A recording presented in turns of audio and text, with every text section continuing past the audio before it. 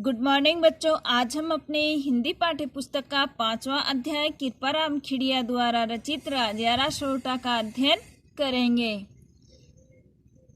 इसमें अपना छठा सोरठा है, डिंगल भाषा में रचा हुआ है कि पहली क्या उपाव दव दुश्मन आमे दटे प्रचंड हुआ विश्वाव रोभा घाले राजिया। कि पहले से ही किया कर लेना चाहिए उपाय। दव जंगल की आग का, दुश्मन शत्रु का, और आमे रोग का दटे नियंत्रित रहते हैं। यहाँ पर कवि कह रहे हैं कि पहले से ही जंगल की आग का, शत्रु का और रोग का उपाय कर लेना चाहिए, वे नियंत्रित रहते हैं। और अगर हमने पहले उनका उपाय नहीं किया तो प्रचंड हुआ, उनके तेज होने पर वो विश्वाव जहर रूपी अपान वायु के समान रोबा घाले कष्टदायक होते हैं। अर्थात आग को देखते ही उसके शमन का यत्न करना चाहिए और रोग को प्रारंभिक अवस्था में ही उपचार करना चाहिए। दुश्मन का पता चलते ही उसे निष्क्रिय कर देना चाहिए, नहीं तो ये तीनों ही बढ़ने पर प्राण घातक हो सकते हैं। तो इस पद्यांश में बच्चों सद्भावोक्ति अलंकार का प्रयोग हुआ है। विशेष में आपको लिखना है कि नीति कथन लोकानुभव पर आधारित है और सद्भावोक्ति अलंकार का इसमें प्रयोग हुआ है।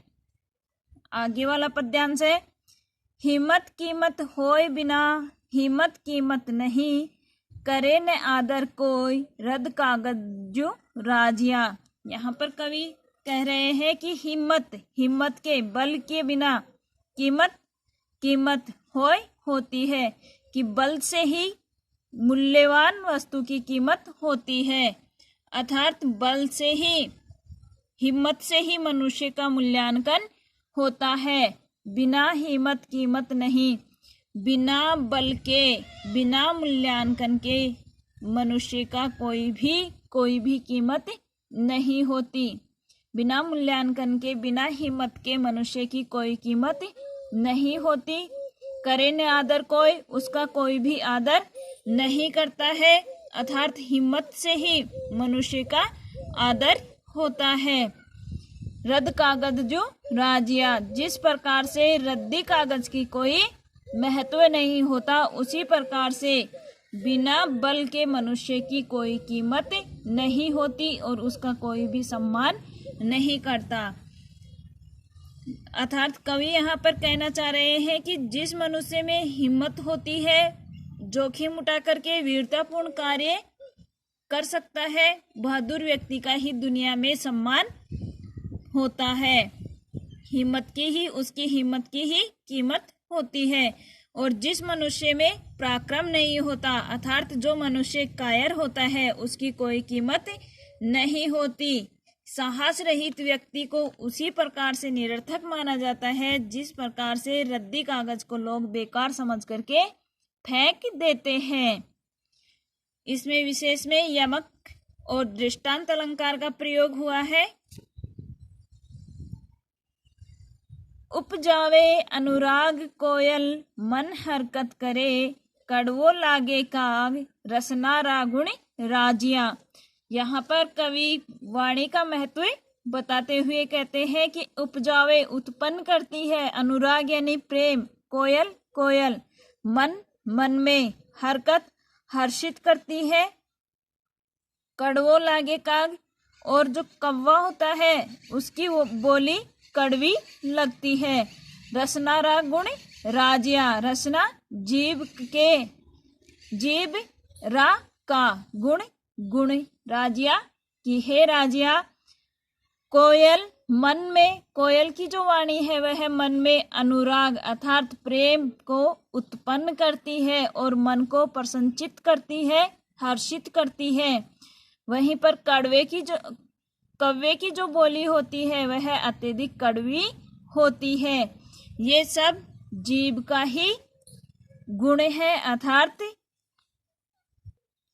कवि ने यहाँ पर वाणी का महत्व बताते हुए कहा है कि मीठी वाणी सबके मन को प्रसन्न करती है, मन में प्रेम उत्पन्न करती है, और कटु जो वचन होते हैं वो मन में दुख, क्रोध और घृणा उत्पन्न करते हैं। कोयल और कौवा दोनों ही काले होते हैं, एक ही पेड़ पर रहते हैं, लेकिन कोयल की जो वाणी है वह सभी के मन को प्रसन्नचित करती है, और कौवे की जो काव काव है वह सबको कड़वी लगती है। तो कि हे राजिया, इसी तरह से सबको मीठी वाणी बोलनी चाहिए।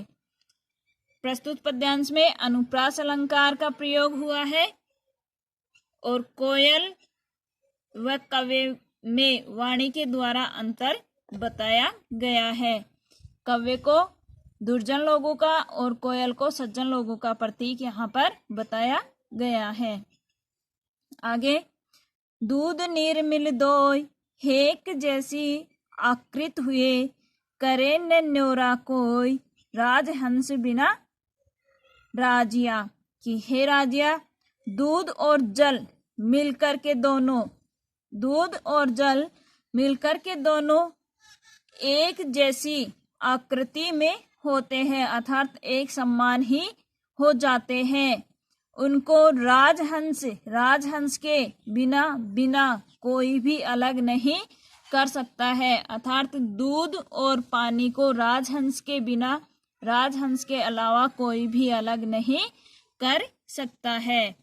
तो इस पद्यांश में कवि ने बताया है कि जो विवेकशील मनुष्य होते हैं वह मनुष्य के गुण और अवगुण दोनों की पहचान कर लेते हैं। जिस तरह से राजहंस पानी और दूध में पहचान करके दोनों को अलग अलग कर देता है, उसी तरह से जो सज्जन पुरुष है वो भी गुण और अवगुणों की पहचान तुरंत कर लेते हैं। इसमें राजहंस को विवेक लोगों के प्रतीक बताया है, और अनुप्रास अलंकार का प्रयोग हुआ है। मलिया गिर मंजार, हर को तर चन्नन हुए, संगत लिए सुधार, रूखा ही ने राजिया।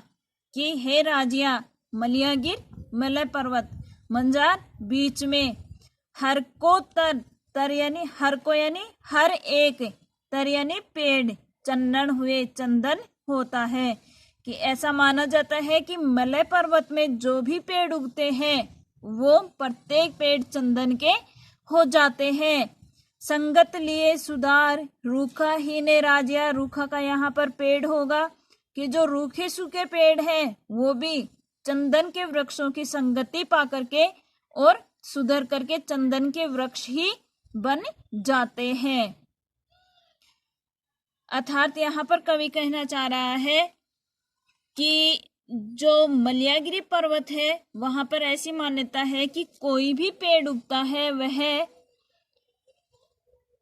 चंदन के समान हो जाता है, अर्थात वह पेड़ चंदन का पेड़ बन जाता है। उसी तरह से सुसंगति में रहने से मनुष्य